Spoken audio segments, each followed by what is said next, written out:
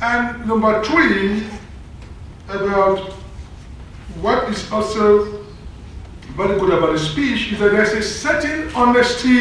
I mean, that is brutally honest from the government speaking to us. And for me, that is very important in leveling up with the citizens what has happened. Now, so those are three things for the sake of time. I'll go to three other things that I felt if you had more time, I would have loved to hear more from the Vice President. And that is clearly setting out it's there in the speech, but clearly setting out the economic dimensions of national security. Because oftentimes, working with African governments and even with Nigeria, national security is always perceived as ammunition, soldiers, and police, and all this stuff. But what is the economic dimensions of national security? I'm beginning to take that very seriously. That our security also depends on our economic condition, not only for the country as a whole, but for every citizen. The security, the economic well-being of every citizen is also a national security issue. And I felt I would love to hear more about that. Then there's also the question of corruption and issue of national security, which the Vice President has clearly laid out how corruption complicated the fight against Boko Haram, and how solving the corruption issue is also tackling national security issue. But I wish we had also we had time to talk about not only corruption, but what is the ethics and virtues of national development. What kind of ethics, what kind of reprogramming, moral reprogramming that we need to do? Because after we supposedly remove the corruption problem, what do we put in place? What is the beginning of a reorientation?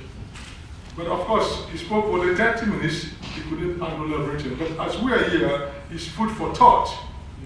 How do we think? Because the issue of ethics and national economic development is very important. I mean, Max Weber wrote his book, The Protestant Ethics and the Spirit of Capitalism. There is a certain ethics that as a country, we need to be clear about that and moving forward, even as we defeat the Hydra-headed corruption. And finally, religion in the public square. How do we exactly create the democratic ideals of pluralism in which people can speak about their religion? They don't need to hide their identity about their religion, but yet we can have a good debate about what is that. And I was in Nigeria during the campaign, and this issue came up, but never really got much of attraction, because when then GMB, General Muhammad Buhari, was addressing the Catholic, the Christians, the issue was how is he going to handle religion? And he clearly stated, and in a very impressive form, says, if I was lucky to become your president, I'm going to give every religion will have a place in the public square. I think that was only in the debate where this issue of, in a country with diverse religion, how do we begin to develop an ideology of pluralism where every citizen could come up and speak freely, and then religion is not something we want to shove at the side, but something that this issue of pluralism in a country with diverse ethnicity and diverse religion. I felt those are what I've heard about the speech, listening to him, treating Boko Haram indeed represented an existential threat to Nigeria. So it's what my brother has done to thank the building. I was actually at that time in the Office of National Security Advisor, advising them on the economic dimension of national security. And please bear with me. I have just about another 2 minutes. I'll make this very quick, because I think this quote preys on the perverted belief that the opportunity of this quote, because I think it's particularly timely and notable, in light of this, I offer a quote from this op-ed, a lecture from an eminent and distinguished scholar and statesman. It would be impossible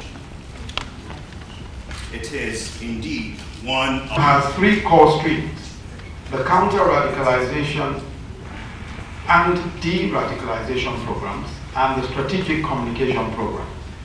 The de-radicalization program is essentially custody-based, catering for convicted terrorists, suspects awaiting trial, and aftercare for convicts upon release. The strategic communication platform is designed entirely to mobilize our history and culture and reaffirmatory narratives to address the identity intellectual deficit that may in some ways account for radicalization of young people. The notion that Boko Haram ideologues would one day see the light and renounce their ideology and follow the path of peace is unlikely. Rather, it's a view that a more realistic objective will be to diminish its attractiveness to potential recruits by presenting counter-narratives that delegitimize violence against other Muslim persuasions or people of other faiths in order to gain the ascendancy of one's own ideas. So also is the supporting and promoting the ideas and teachings of mainstream Islamic thought leaders, not as apologists for Western thought, but as forceful advocates of authentic Islamic teachings. There is no question at all that greater official attention must be paid to human rights observance. The use of excessive force or extrajudicial or unlawful force, fatal or non-fatal, has been the subject of considerable attention by the Buhari government. The correlation between law enforcement brutality and violence by its targets and others under its care is too stark to be ignored. Part of the reason for respect for law enforcement is that they are fair and even-handed.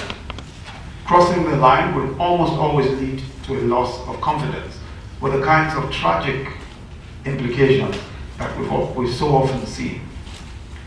The argument is sometimes made that asymmetric warfare of the sort deployed by the terrorists must be met with lower standards of human rights observance, or at worst, much more nuanced rules of engagement. The problem, of course, is that any discretionary observance of human rights is a slippery slope that is probably best not undertaken. The commitment that the federal government has made is to be consistent, and there is no is to be consistent and to ensure that it maintains the same evenness on issues of human rights. It's important to point out that political leadership in Nigeria has always been distrusted, and that has been so for many years and for good reason. This has promoted the easy embrace of dissenters of all shades by the people, including extremist organizations. But Nigeria has a great opportunity to change the perception of leadership as being corrupt and unreliable, with President Buhari, who is widely acknowledged as being forthright and honest. His name, in the north especially, as May Gasikia, the truthful one, is one that is a rallying point for most who believe that this might well be an opportunity for some moral leadership in Nigeria. Transparency in government, social investments, provision of education and healthcare would of course improve the government's image as being responsive. I'd like to end this with two stories. The one courageous, the other joyful, but both hopeful. You may have heard of the story of the teenage girl Aisha Ali Kaka in Borno State. About 18 years old, she was recruited alongside other young women to wear a bomb around her waist and detonate it at an IDP camp in the town of Dikwa. The mission was set for February 9, 2016. She decided that not only would she not carry out the assignment, knowing that many, including her own father, could be killed, but that she would even try to convince the other two potential suicide bombers to abandon the mission, but they refused. So she decided that she would lay her own life on the line by going to the targeted camp early on the day before the planned bombing to sound an alarm before the bombers arrived. But by the time she got there, the terrible deed had been done. The second story, earlier this month, on the 13th of October 2016, my wife Dolapo and I received and welcomed back to freedom in Abuja 21 of the schoolgirls kidnapped by the Boko Haram insurgents from Chibok over 2 years ago. After the trauma and deprivations of captivity, on the day of their release, they looked frightened, malnourished, and unkempt.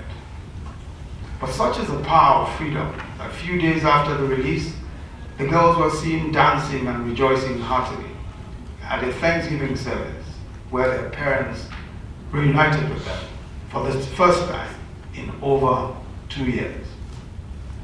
What the stories of the Chibok girls and that of the converted suicide bomber point to is a certain defeat not only of Boko Haram insurgency, but also of every stream and idea that seeks to divide rather than to bring together.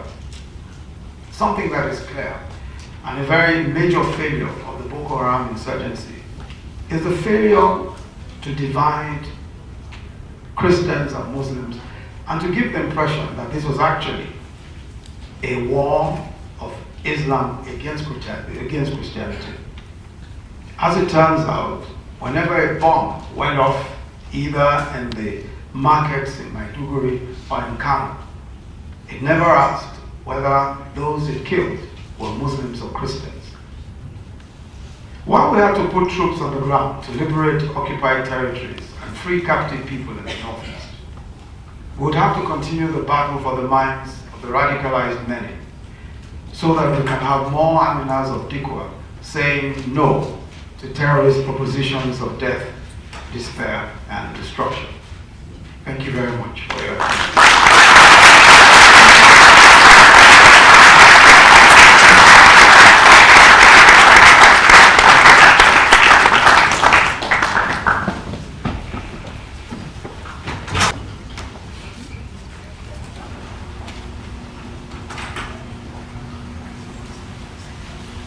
Initially collaborated with the government of the northeastern state of Nigeria, Borno State, in its Sharia implementation.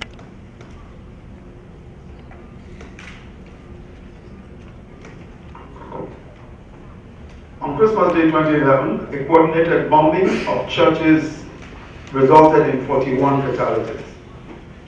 January 2012, another 3 churches were attacked on the same day in Kaduna State. But 2015 was probably Boko Haram's year of most brazen infamy. The group, using female suicide bombers, many who were mere children, attacked 28 different religious events, mostly mosques and Islamic gatherings. It was obvious even then that Boko Haram had lost the capacity to sustain military attacks in the way that it had previously done. Perhaps to shore up its image, it declared its allegiance to ISIS government. Although former President Goodluck Jonathan's government escalated its crackdown on Boko Haram from 2011 onwards and declared a state of emergency in the northeast, it neither seemed determined nor focused on routing Boko Haram. Several factors may explain the government's attitude. First, a politically convenient narrative of the ruling party was that Boko Haram was actually sponsored by the northern Muslim political elite determined to discredit the Jonathan government, led by a Christian and which had its main support base in the predominantly Christian South-South and Southeast of Nigeria. When the opposition parties finally came together to form the current ruling party, the APC, the then ruling party's publicity organ was quick to describe the party as the Janjaweed Party and worked hard to paint it as a political wing of Boko Haram. Indeed, it was not until President Muhammadu Buhari, then the presumptive leader of the opposition, was nearly killed in a deadly Boko Haram attack on his car in Kaduna that the false narrative began to lose credibility. Secondly, the ruling party, also somewhat cynically, seemed to have considered that since Boko Haram attacks were actually in the heartland of the opposition, it was not necessarily an unwelcome development, as it could only weaken the opposition. Third, extensive corruption in arms procurement, estimated at about close to $15 billion US, ensured that the military remained poorly equipped and demoralized. A number of well-publicized mutinies occurred, and troops involved were taken through widely unpopular court-martials.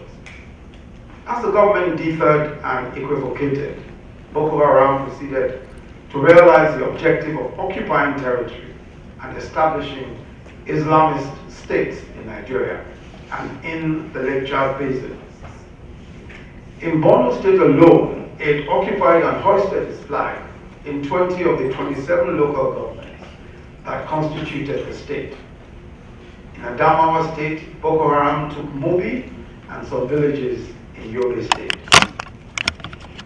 It was probably not until the abduction of more than 200 secondary school girls from their dormitories in the sleepy town of Chibok that public outrage against the government's inept handling of the insurgency reached a crescendo, even on a global scale. The government of the day then incurred widespread anger when it denied that an abduction took place and suggested that the opposition had simply invented the story. As the heart-rending stories of the girls' parents emerged, the credibility and sincerity of the government became severely questionable. Boko Haram continued to occupy most of the territories it had seized until 2 weeks to the general election, when the then federal government, in a move widely perceived as designed to gain some time, within which it may be able to turn the tide of the elections in its favor, postponed the elections for 6 weeks, ostensibly to flush out Boko Haram from the northeast. Although it recorded some successes, Boko Haram's hold remained largely intact. Its suicide bombing campaign was stepped up, and the first quarter of 2015 alone, there were several cases of suicide bombings resulting in deaths and maimings. Clearly, one of the strongest reasons for President Buhari's victory in the March 2015 presidential election was the expectation that, going by his reputation as a no-nonsense soldier, he would defeat Boko Haram and restore peace to the northeast. He moved quickly to realize his objective, announcing a relocation of the command and control headquarters of the army to Maiduguri, right at the heart of the insurgency. He sacked all the military service chiefs, some of whom were indicted in the arms procurement scandal.